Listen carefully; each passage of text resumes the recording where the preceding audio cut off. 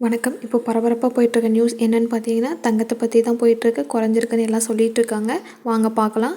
கடந்த 2 நாளாகவே தங்கம் மற்றும் வெள்ளி சரிவை சந்தித்துள்ளது.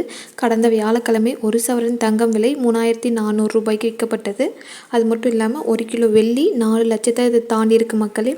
உயர்ந்துள்ளதாக பேசப்படுகிறது. உச்சத்தை தொட்டதும் சொல்லப்படுகிறது.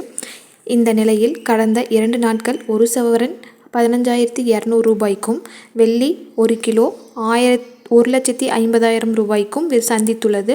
இந்த சரிவு முக்கிய 2 காரணம் என்ன சொல்கிறாங்கன்னு பார்த்தீங்கன்னா, அமெரிக்கா புதிய ரிசர்வ் வங்கி தான் சொல்கிறாங்க. ட்ரம்புக்கு நெருக்கமான பொருளாதார பரிந்துரைத்தனர்.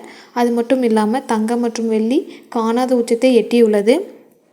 அனைவருக்கும் வணக்கம். சற்று முன் கிடைத்த அறிவிப்பின்படி தமிழகம் முழுவதும் பிப்ரவரி 1ஆம் தேதி வரக்கூடிய அறிவிப்பு பற்றி பார்க்கலாம் வாங்க. வீடியோவை ஃபுல்லாக பாருங்கள். அப்போ தான் நான் சொல்கிற இன்ஃபர்மேஷன் உங்களுக்கு கிளியராக புரியும். தமிழ்நாடு மட்டும் இல்லாமல் 5 மாநில தேர்தலையொட்டி சலுகைகள் கிடைக்குமா என்று கேட்கப்பட்டனர். அதற்கு ஒன்றிய பட்ஜெட் தாக்கல். 2வது தங்கம் மற்றும் அத்தியாவசிய பொருட்கள் விலைவாசி உயர்வு கட்டுப்படுத்தும்னு அறிவிச்சாங்க என எதிர்பார்க்கப்படுகிறது. அடுத்து பிப்ரவரி 15ஆம் தேதி முதல் புது ரூல்ஸ் வரும்னு சொல்லப்படுறாங்க. மக்களே உஷாராக இருங்க. இனி பணம் அனுப்பினா கட்டாயம் அவங்களுக்கு பணம் செல்லப்படாது. பிப்ரவரி மாதம் 15ஆம் தேதி முதல் HDFC, ICICI bank, State Bank of India, SBIன்னு சொல்லக்கூடிய பொருட்கள், அதாவது பல்வேறு புதிய விதிமுறைகள் கொண்டு வராங்கன்னு சொல்லியிருக்காங்க. அதன்படி 25,000க்கும் மேல் பணம் அனுப்பினா அவங்களுக்கு கட்டணம் மற்றும் GST வசூல் வாங்காது அறிவிச்சிருக்காங்க. GST வசூல் செய்யக்கூடாதுன்னு சொல்லி வச்சுருக்காங்க.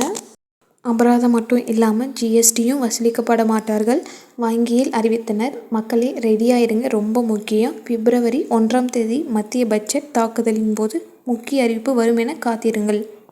அதன்படி தங்கம் விலை மாற்றம் வரும் என ஏற்படப்படுகிறது.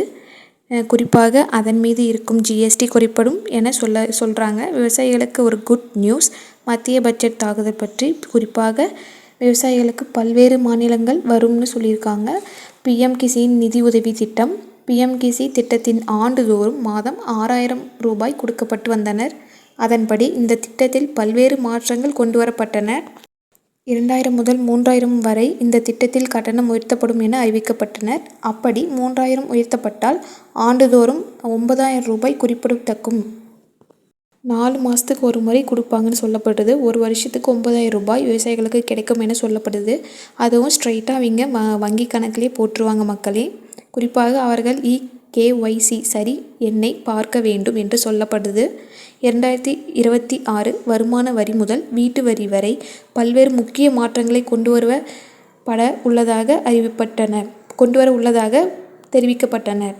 இதில் GST மற்றும் அதற்கான வரி விகிதம் மாற்றம் என சொல்லப்படுது. மூத்த குடிமக்களுக்கு தற்போது முக்கிய மாற்றங்கள் என்னென்னா, முக்கியமான 3 மாற்றங்கள் கொண்டு வரப்படாது சொல்லியிருக்காங்க. அதன்படி மத்திய பட்ஜெட் தாக்குதலின்படி பல்வேறு பொருட்கள் மீது வரி குறையினும் சொல்லியிருக்காங்க. அரசு அறிவித்தனர். தமிழ்நாட்டில் இறுதி வாக்காளர் பட்டியலில் எப்போது என கேள்வி எழுப்பப்பட்டனர். தேர்தல் ஆணையம் அதற்கு ஒரு முக்கிய அறிவிப்பை கொடுத்திருக்காங்க மக்களே. ஜனவரி 30ஆம் தேதி வரை கால அவகாசம் நீடிக்கப்பட்ட நிலையில் தற்போது அதற்காக 3 வாரங்கள் ஒதுக்கி வைத்தனர். அது மட்டும் இல்லாமல் பிப்ரவரி 17ஆம் தேதி பட்டியல் வெளியாகும் என தமிழக அரசு உத்தரவிட்டுள்ளது. அதுவும் இல்லாமல் ரொம்ப முக்கியமான விஷயம், அதுவும் பெண்களுக்கு ரொம்ப அவசியமான விஷயம், தங்கம் விலை ரொம்ப குறைஞ்சிருக்குன்னு சொல்கிறாங்க மக்களே. இன்னும் போக போக குறையும்னு சொல்கிறாங்க. பொறுத்திருந்து பார்ப்போம். Let's wait.